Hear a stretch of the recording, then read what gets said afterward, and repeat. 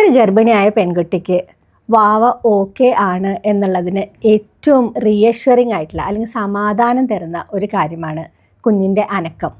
അപ്പം ഈ അനക്കം എങ്ങനെയാണ് മോണിറ്റർ ചെയ്യേണ്ടത് എന്നുള്ളത് നമ്മൾ അറിയണ്ടേ?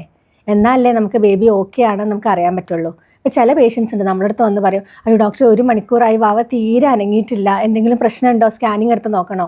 എന്നാൽ വേറൊരു വശം പേഷ്യൻസും ഉണ്ട്, ഇന്നലെ മുതൽ ഡോക്ടറെ അനക്കമൊന്നുമില്ല, പക്ഷേ രാത്രി ആകുമ്പോൾ ഡോക്ടർ ഹോസ്പിറ്റലിൽ ഉണ്ടാവുമോ എന്നറിയില്ലല്ലോ, അതുകൊണ്ട് ഇന്ന് രാവിലെ വരാമെന്ന് വിചാരിച്ചു. ഈ 2 എക്സ്ട്രീമും നമുക്ക് ടെൻഷനുള്ളൊരു കാര്യമാണ് ഡോക്ടർമാരെ സംബന്ധിച്ചിടത്തോളം. അപ്പം എങ്ങനെയാണ് കുഞ്ഞിൻ്റെ അനക്കം നോക്കേണ്ടത്? കണക്കുകൾ അനുസരിച്ചിട്ട് 2 മണിക്കൂറിൽ 10 അനക്കം കിട്ടണം.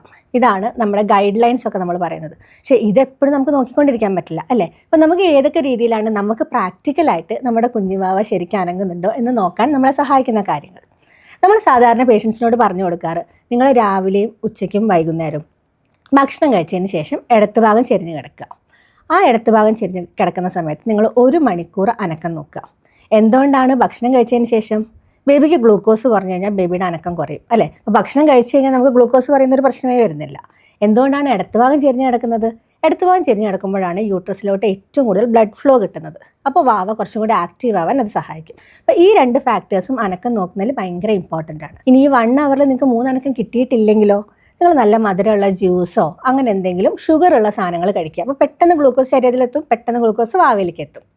എന്നിട്ടൊരു 1 അവറും കൂടെ ചെരിഞ്ഞ് കിടക്കുക. ഈ 1 അവറും 3 അനക്കം കിട്ടിയിട്ടില്ല എന്നുണ്ടെങ്കിൽ തീർച്ചയായിട്ടും നിങ്ങൾ ഡോക്ടറെ കാണിക്കണം.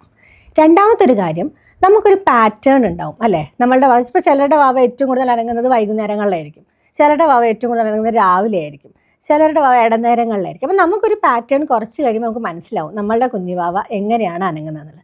ഈ ഒരു പാറ്റേണിലൊരു വ്യത്യാസം നിങ്ങൾ ഏതെങ്കിലും ഒരു ദിവസം കാണുകയാണെങ്കിൽ തീർച്ചയായിട്ടും നിങ്ങൾ ഡോക്ടറെ കാണിക്കണം. ഇനി എന്തൊക്കെ കാരണങ്ങൾ കൊണ്ടാണ് വാവയുടെ അനക്കം കുറയുക? വാവ ചിലപ്പോൾ ഉറങ്ങുമായിരിക്കും, ഞാൻ നേരത്തെ പറഞ്ഞ പോലെ വാവയുടെ ഗ്ലൂക്കോസ് കുറവായിരിക്കും, അല്ലെങ്കിൽ നിങ്ങൾ കുറച്ച് തടിയുള്ള ആളുകളാണെങ്കിൽ വാവയുടെ അനക്കം അത്ര കിട്ടിക്കൊള്ളണം എന്നില്ല. മറുപുള്ള ഫ്രണ്ടിലാണ്, യൂട്രസിൻ്റെ ഫ്രണ്ടിലാണ് ഉള്ളതെങ്കിൽ നിങ്ങൾക്ക് വാവയുടെ അനക്കം കുറയാം. അപ്പോൾ പല നോർമലായിട്ടുള്ള കണ്ടീഷൻസ് കൊണ്ടും വാവയുടെ അനക്കം കുറയാം. അപ്പം എല്ലാ വാവയുടെ അനക്കം കുറയുമ്പോൾ നമ്മൾ ടെൻഷൻ അടിച്ച് വരേണ്ട കാര്യമില്ല. പക്ഷേ ഡോക്ടറെ കാണിച്ച് ചിലപ്പോൾ ഡോക്ടർ സ്ഥലത്ത് വെച്ച് നോക്കും, വാവയുടെ അനക്കം നോർമലാണോ എന്ന് നോക്കും, CTG പോലത്തെ ഗ്രാഫ് എടുത്ത് നോക്കും, അതിൽ നമുക്ക് ഹാർട്ട് ബീറ്റ് കറക്റ്റായിട്ട് കാണാം. ഒന്നുമില്ലെങ്കിൽ സ്കാനിങ് എടുത്ത് നോക്കും. പക്ഷേ എന്തൊക്കെ പറഞ്ഞാലും നിങ്ങൾക്ക് അനക്കം കുറവാണോ എന്നൊരു സംശയം തോന്നുന്നുണ്ടെങ്കിൽ എന്തായാലും ഒന്ന് ഡോക്ടറെ കാണിച്ച് ഒന്ന് എക്സാമിൻ ചെയ്യിക്കുന്നത് എപ്പോഴും നല്ലതായിരിക്കും. അത് സാരമില്ല, ശരിയാവും, ചിലപ്പോൾ നാളത്തേക്ക് ശരിയാവുമായിരിക്കും, ചിലപ്പോൾ രാത്രി ആകുമ്പോഴത്തേക്ക് ശരിയാവുമായിരിക്കും. ഈ ഒരു റീഅഷ്വറൻസ് ഒരിക്കലും ഒരു ഡോക്ടറെ കാണിക്കാതെ സ്വന്തം ചിന്തിച്ചു കൂട്ടരുത്.